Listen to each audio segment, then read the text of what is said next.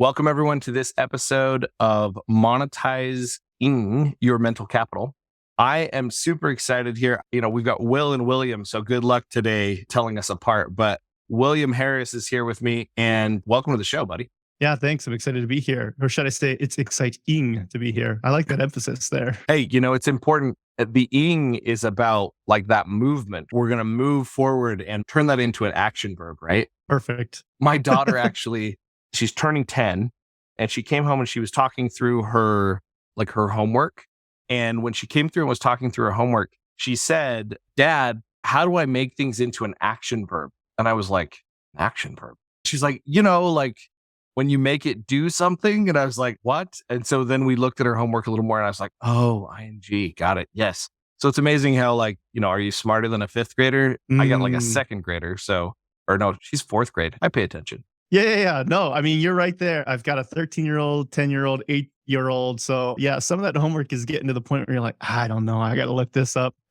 Yeah, the ChatGPT. How do I handle this situation? And no, you can't use ChatGPT to do your homework. Right. Disclaimer. I'm going to go with William for this podcast episode, since that's what you've got it written down there. And I don't know about you, but when people don't have the right name next to them in their little Zoom box, I definitely call them the wrong thing. They've got like a nickname in there. I'm like, then I'm going to call you the nickname, because I've trained myself not to go with what's in my head. I've trained myself to go with what's down there, because I've said it wrong before on different places. And so now somebody's going to mess with me one day. They're going to change things up and just make me say something really silly on purpose. William Fluffy Pants Harris. It's like, yes, wait, Fluffy Pants. Yeah. I've been calling you Fluffy Pants this whole time. It's like Psych, right? Yeah. I'm a big fan of Psych. This is Burton Guster as like some other random name every time. Those are probably some of my favorite. And then my favorite is the straight face. I mean, Burton is always super straight faced about it. And he just goes with it every time.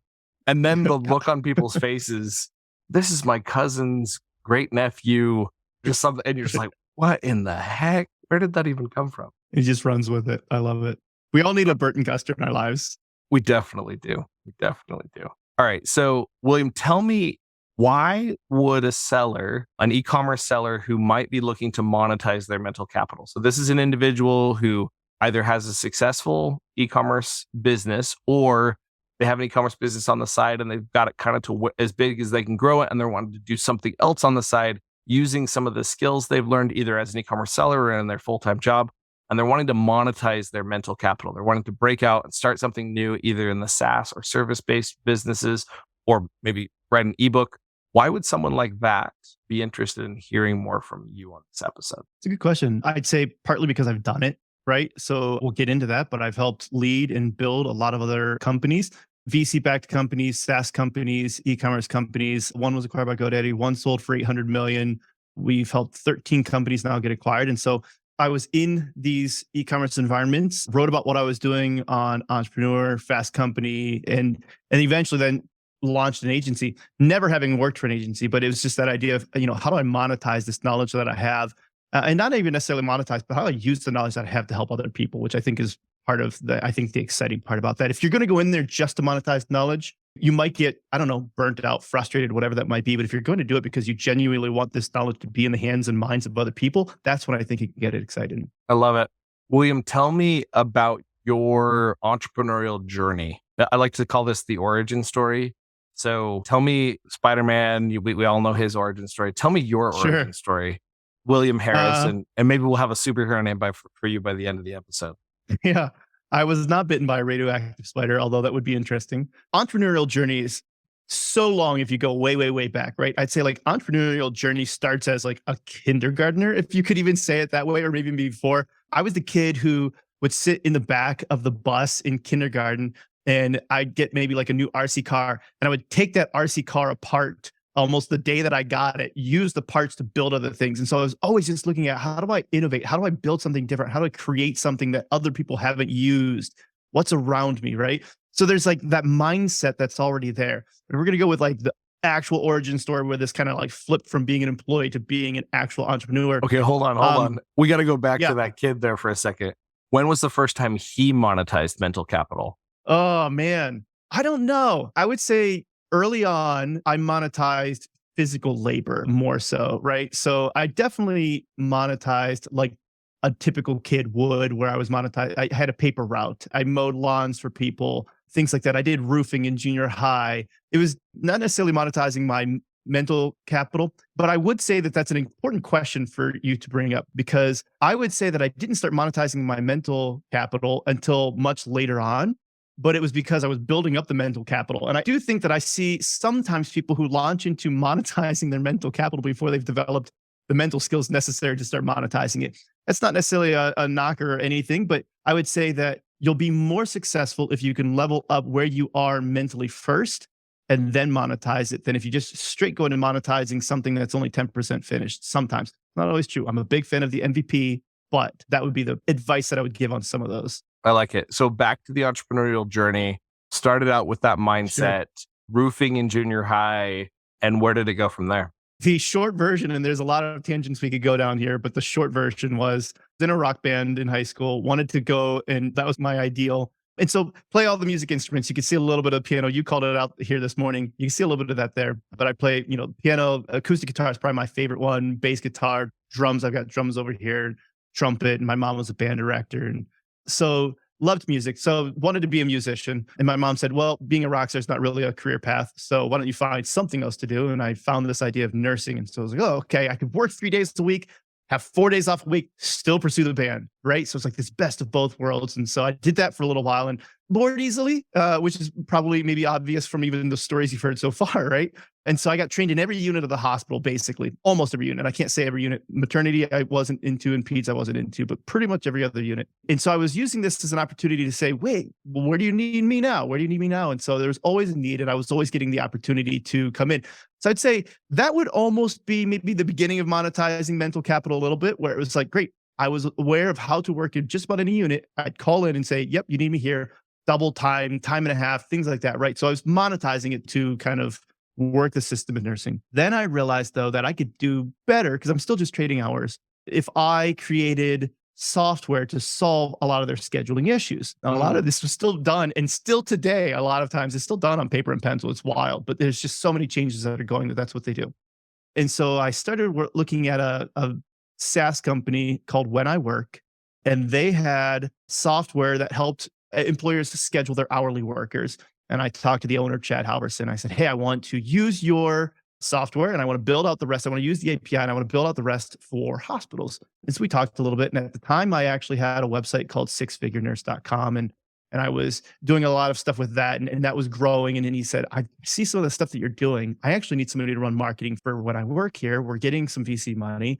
You want to come run our marketing? Well, yeah, sure. Let's do it. So I come in there, and along with a great team of other marketers and salespeople, whatever, like we grow this like 270% in the first 7 months that I'm there. And it's a lot of fun. And this is a good time. And so I start writing about this on Entrepreneur and Fast Company. And I'm writing about what we're doing and how we're doing it, about how we're thinking about it. And it turns into eventually people saying, I like what you're doing.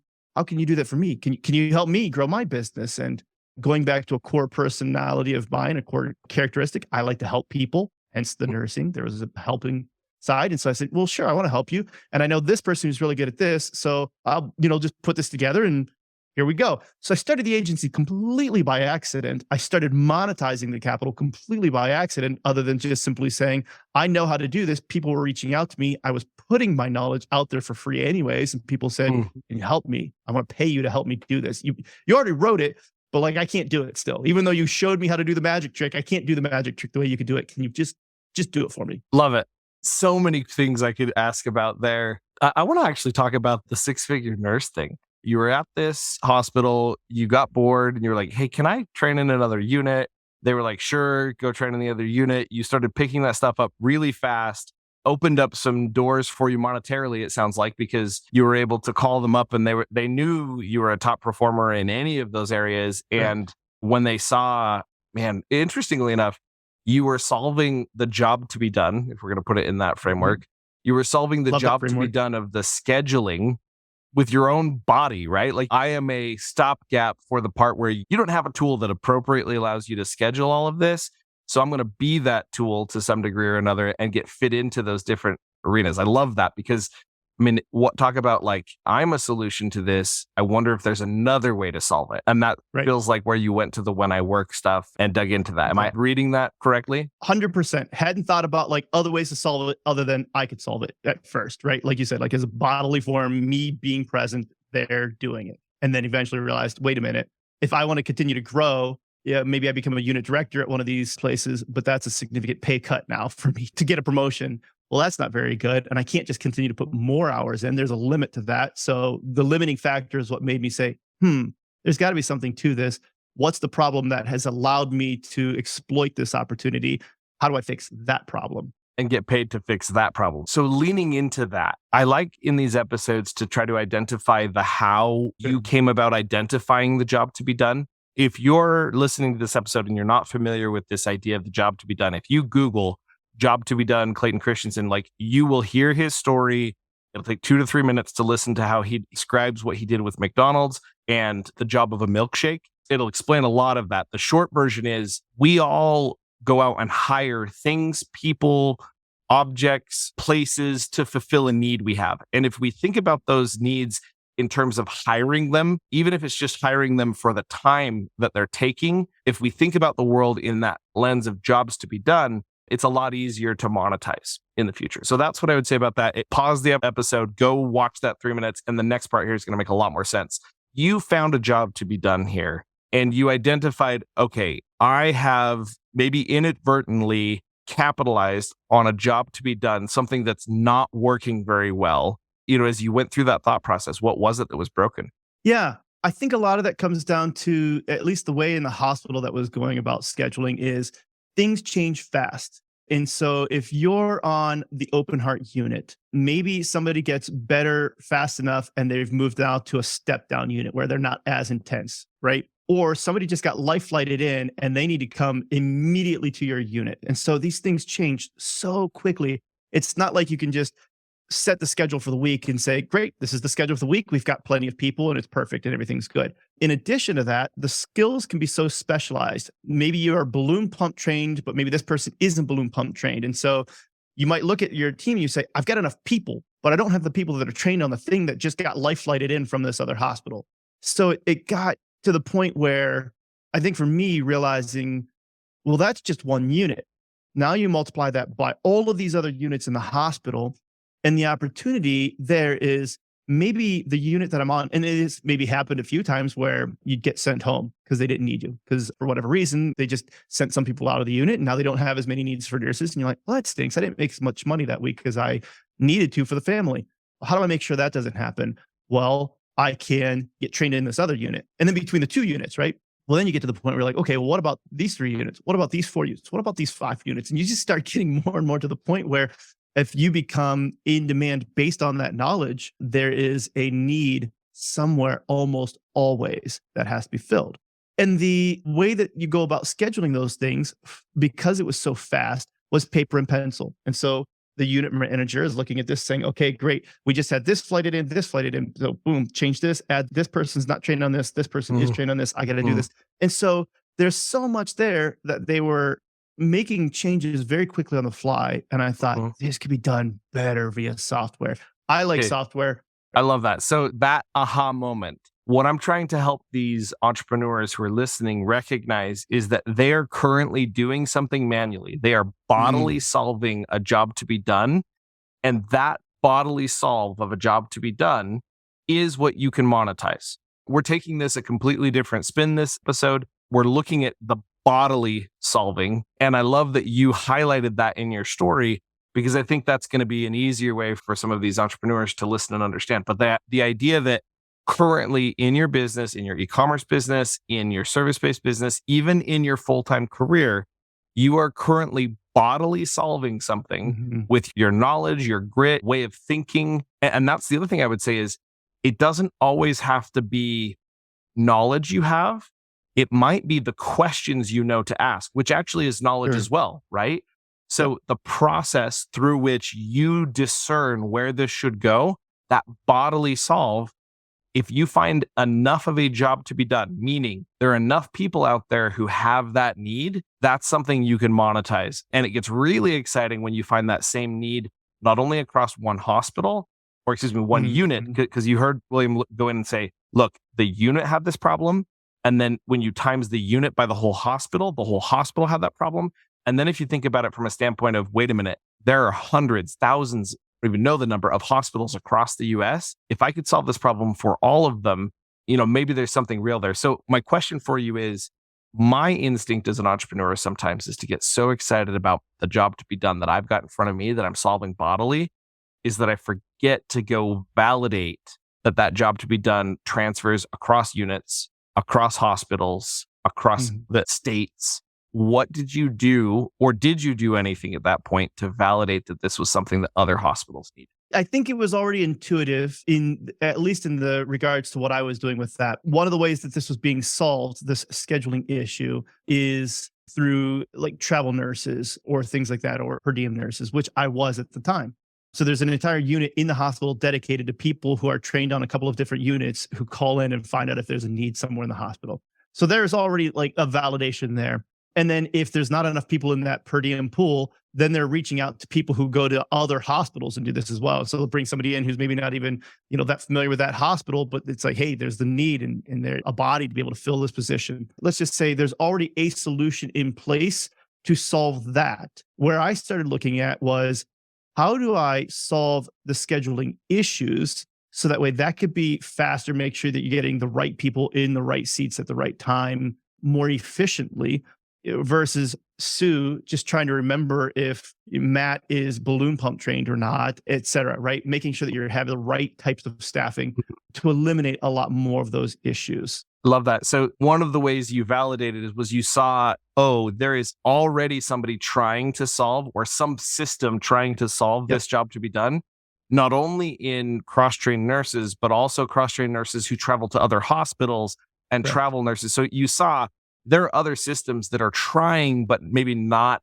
succeeding fully at making this job to be done like 100% satisfaction. Like you could still see that there was frustration, angst at the top of this chain in terms of kind of connecting all of these different dots. And it sounds like as you dug into that angst, you were like, you know what? I think there's something more here. Yeah. And the similar concept would be, let's say, fast food, just because you brought up McDonald's, I think, right? Or whatever, with a milkshake. Maybe at some point in time, you say, okay, great. There's a need for people to have food now, immediately cooked very quickly, and they're on the go. And then you say, well, that's one way to solve it is McDonald's. What about if they don't want a hamburger, right? So then like there's Taco Bell. And they're like, great, here's another way to solve this. And then you can have completely different things where it's like, hey, we can actually package this up as like a really healthy granola bar, a milkshake that you could take, or a, protein shake that you could take with you. Like there became other ways to solve the same problem of, meals on the go. Yeah, 100%. And so I think asking yourself, what are the things I'm solving bodily that I see other systems attempting to solve? So that if I'm trying to identify which Mhm. bodily jobs to be done can be taken on and good, and what do I see other systems attempting to solve? And then I want to touch on this because it's come up recently in a couple of calls that I've had with clients, multidimensional thinking. What I've discovered is that humans are actually really bad at multidimensional thinking. They're good at it from a standpoint on a small scale, but as soon as you start adding additional dimensions, it begins to multiply the complexity to the point where a human can still do it, but the rate at which they can do it is slow as molasses. And so an example of this is I have one unit and the balloon pump. I need somebody who does the balloon pump. Okay, so that's two dimensions. I have the unit with a need, and then I go across and I say, oh crap, but I have a second unit. There's a third dimension who also needs the balloon pump. And then another dimension might be I have this list of people. Now, which one of them is balloon pump trained? There's a fourth dimension. And now I also have another hospital that's pulling from that same pool of people. There's a sixth dimension.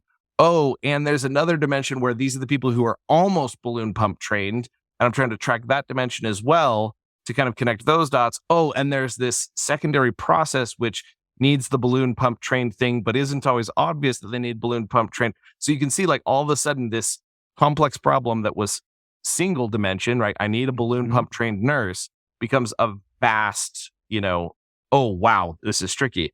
And that's where computers get really exciting because AI or computers, you hand multi dimensions to a computer and they're like, brug, that was easy. I got this. I don't Right. even need to think about this. It's that easy. And so multidimensional thinking is another way. What bodily job am I solving that because I'm so good at all these different pieces, am I solving out of sheer instinct? Hmm. I've got enough experience across these dimensions that my gut can tell me that's the solution. And then you've got to go identify what all of that gut meant so you can pull it out and turn it into a SaaS product, right?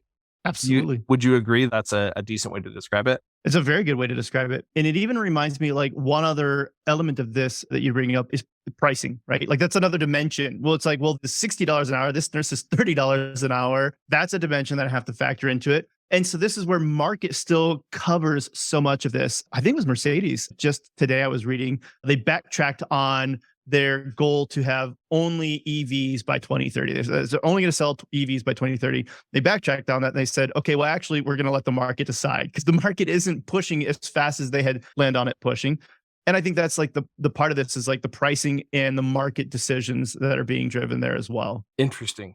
I think one of the things that's fascinating about that is they threw out and said, no, only EVs by this date. I think that was a job to be done they were assuming would go there. And there's probably some additional dimensions they discovered as they continued to dig in that said, oh, this is slightly more complicated than we originally anticipated. So the multidimensional thinking aspect, I think, is a good way to identify what can be monetized. Absolutely. What other roadblocks would you say are the biggest roadblocks in building or monetizing? So you've got this agency that you've just started. As you consider the agency, as you consider SaaS products, as you consider, your experience across these different places, what aspects or what are things that create challenges in that space? Yeah, I think most people all end up having a lot of the same challenges. Once you've actually taken that step towards entrepreneurship and you have started to monetize your knowledge in some way, you're usually going to end up with a people problem, a money problem, or a process problem, right? Typically, something along those lines, other problems, but most of them can probably be boiled down to that. Where maybe I've got a new client that wants to sign on with us, and I don't have enough people to take it on. So what does that mean? I'm working extra hours. Somebody else is working extra hours. It can be solved, right, by just throwing more human capital at it. Maybe you have a money problem where you would like to hire that other person, but you can't hire that person because you don't currently have the money to hire that other person. And so the only way to solve that is you're just going to work 100 hours a week as the founder, or at least you perceive that's the only way to solve it very often. Or there's a process problem. And maybe that person could take on another account, but the way that you've set up the process, they can't because they have X amount of obligations that are based on the process that maybe doesn't even need to be there. Maybe it's this frequent of recaps or it's this long of meetings instead of hour-long meetings. Maybe it only needs to be half-hour meetings. And now they can take on a whole 2-3 more clients or whatever that might be. But looking at those frames, and we've run into plenty of them. So without going too far into a lot of that, I will say that being able to identify what problem you're actually having in your business and solve that problem is almost always better than letting it linger. And an example that I have of this is we had somebody who worked for us, wonderful human being, like really genuinely enjoyed him, very, very knowledgeable, wasn't always the most reliable. This was hard for the team because there were a lot of times where the team is trying to do their job to get things done. And when this person failed to execute again, and again, well-intentioned, but just couldn't get it done, that can become very hard. And so we made the hard decision of firing somebody who was wonderful, very, very brilliant, very, very capable, but just not consistent. And the morale of the team was high. Now, it was very hard for me. It was the first person that we had ever fired at the agency. It was a very difficult decision to get to, but you eventually realize that the pain of continuing on a path with the wrong person in that seat is worse than the pain that you might feel from whatever's going on. That was better for the team, the whole team. It's interesting. That's one of the experiences. So in SaaS or especially agencies, if that's the route you're choosing to go to monetize your mental capital, I could not agree more. People, process, or money, right? The people problem, I found I even had trauma in my past that made it difficult for me to look at the people problem. Like the idea of firing someone, I just wasn't emotionally capable of leaning into that. 2.5 years of therapy and lots of other work has gone to help me identify and become, a better leader and dig into that. So the idea of firing someone, especially who fits well with the team, good culture fit, and just not being consistent. And you've tried everything you can think of. You've done a Right. performance improvement plan. You've even said, hey, look, here's 5 self-help books I'd like you to read. Here's a coach. We'll even give you a professional coach. Like there's all sorts of things you can do. But in the end, as an agency owner, it is your job to protect the team from any threat. And that threat could be an internal one. And you've got to cut it out. You do. And here's the thing. He's in a significantly better spot even now, a couple of years later, than he would have been here. And I think about it like weightlifting. Before I explain that analogy, you don't want to put somebody into a position that they're not successful at either. That's a miserable place to be in. So this was better for our clients. It was better for our team. And it was better for that person as well. Yeah. If you're weightlifting and all of a sudden you haven't been in the gym and I just say, okay, great, bench press this and I throw 300 pounds on there, you're just going to get crushed and it's not going to be very good for you versus being in an environment where you can be successful and then make those steps towards gaining where you need to be. I love it.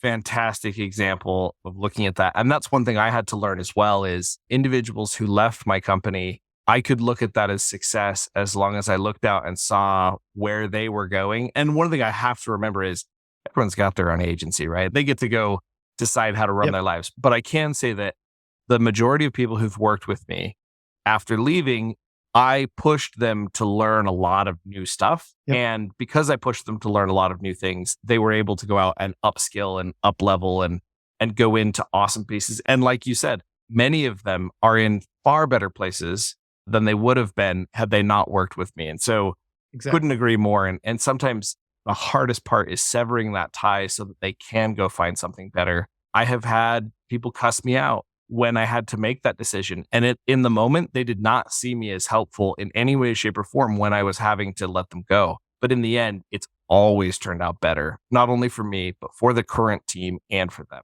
I think I remember hearing the story that Oprah was fired from a job at doing something or whatever when she was younger. And it's like, she wouldn't have been Oprah had she not been fired from that job.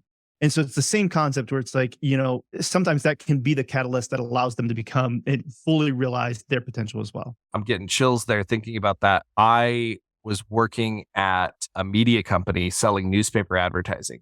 And I told them, hey, we've got to focus on more of this online stuff. I was not being a good employee. I wasn't listening to all of the things that they wanted to say. I was just being a little belligerent. And there are sides of that I've had to learn in future. But they escorted me from the building. They took me into the room and said, hey, we're letting you go. I think I didn't understand all of the intricacies of that. There wasn't severance or anything like that. There were things that I definitely was ill advised in that point in my life. Brought me to such a low place that I was willing to take some advice and grow and learn. And that's what started my career in the agency I went to. And that agency eventually led to me founding, a company called Data Automation, which led me into doing what I'm doing now with Seller Labs. So that firing, although I can still remember crying in the parking lot. I ran into a coworker and I said, could you go get my thing that I left in there? Because they won't actually let me back in. I'm not interested in going back in there right now. Sure. So they went and grabbed something for me, or I can't even remember what it was, but I remember having this conversation with this coworker and she was wide-eyed and didn't know I was going to be fired. I mean, it was just awkward as all get out. So I remember that feeling, but I also now can see that was a turning point for me in a good way. Okay, I got 2 or 3 more questions here as we wrap up the episode. And one of my questions is this: if you could make a phone call back to that junior high roofer, you open up a phone, and we're going to assume that he has enough maturity to actually take your advice. Okay, so we're going to assume that he's reached that level. But if you could make that phone call back to William, who's just gotten into the roofing, or maybe he's just begun this journey of nursing or somewhere in there, if you could make that phone call back to William, what is one piece of advice you would give to him that might help him upskill his ability to monetize his mental capital, that maybe had he learned it earlier, it would have been much easier? Yeah, it's going to seem maybe so stereotypical. It would probably be something along the lines of establish routine and balance from the get-go. There were things that I did very well when I started off with the agency. So Element, when we hired our first employee, I made sure that we had amazing benefits, top-notch medical, dental, vision, right? As good of benefits as we possibly could from employee one. And that's because I'd been in organizations that didn't do that. And then when you get to 20 and all of a sudden you start saying, I need to do this, that's a really big band-aid. And that's very painful to rip off to say, hey, we need to all of a sudden start offering really great insurance. So it's like, I wanted to do that right from the get-go for that reason. And because I just thought it was the right thing to do. But there were other things that I didn't do a very good job at. And I would be the person who would work 100-hour weeks, no problem. Stop working out, eat McDonald's because that's all I had time for. Right. And so it got to the point where I had to have a talk with myself about it. It's like, okay, what happens to the business? You say that you're doing this because you care about the business. What happens to the business if you die tomorrow because you have a heart attack? What happens to your family? You're doing this to provide for your family. What happens to your family if you die because you weren't able to be there? And so realizing that all of the other things that are actually important to me don't happen if I don't create some type of this balanced routine early on. I would say that's the thing that I would tell that person, which is decide now who you want to be in these other things. And I decided, I would say the big things. It's like, I am this person, right? I'm an honest person. I'm a person of integrity from the very beginning. And those are good. But I would also say, it's like, are you the person who wakes up and works out? Are you the person who wakes up and reads your Bible? Are you the person who wakes up and, spend some time just focusing in clearing your mind of negative thoughts, right? Like these types of things where it's like, be that person now. And I think that it would have made other things that I went through a bit easier as well. Interesting. So focus on some of that balance earlier, and it'll pay dividends in the long run in ways that you probably couldn't connect from a multidimensional thinking standpoint. There are going to be dividends that you'll pull out in the long run. I like that. Yeah. And not to say that I wouldn't hustle. You can still maybe put in 95 hours that week, right? Like instead of 100 hours, but like, man, 5 hours, it's like you're still putting into doing your workout, eating the right foods. There's always a need, I would say. And I think it's easy sometimes to get to the point where maybe I'm at now with my business or other people are there. It's like, oh, focus on balance. And I remember thinking at the time, because I'd hear people say that, and it's like, give me a break. There's no way. I have to get this done because if I don't do it, there is nobody else to do it. So this has to get done. And I would say like the element of grit and tenacity and whatever, that unbalance needs to happen for periods of time as well. And so I would say to anybody that's listening, that's in that, that's okay. That's not wrong. Don't let it go on too long though. Find a way to kind of like recenter, come back to that and still figure out if there's some type of a routine that you could have that allows you to stay more balanced than maybe only work. I love it. I love it. Okay. So as we wrap up the episode here, I've got two questions I'm going to ask. One, we're going to assume that you just stepped into an elevator with your ideal client. You're going to have 60 seconds to basically introduce the idea of your agency or whichever product you're working on that you'd like to introduce. And I'm going to time you. But right after that, you're going to share any tips, tricks, hacks, or books that you've come across that have been impactful in your ability to monetize mental capital or upskill your game in business in general or digging in that way. So tips, tricks, hacks, or books that you've come across in the last year. But first, we're going to go in and I'm going to give you 60 seconds starting now. Yeah, you told me about this too. I'm not a great salesperson. I don't enjoy sales. It's not my thing. I don't have a great elevated pitch. The short answer that I would say there is we optimize e-commerce businesses, especially ad campaigns around profit, around EBITDA. A lot of people talk about ROAS, top line revenue, but there's a lot of ways that you can improve the bottom line without improving the top line. And that's what we have pioneered and focused on at Element to drive Google ads, Facebook ads, TikTok ads around profitability. There's two ways we look at profitability. One could be aggregate profitability, but one could even be at the unit level. And the example I give on that, stop me when we get to 60 seconds, is you got a $200 product, $100 product.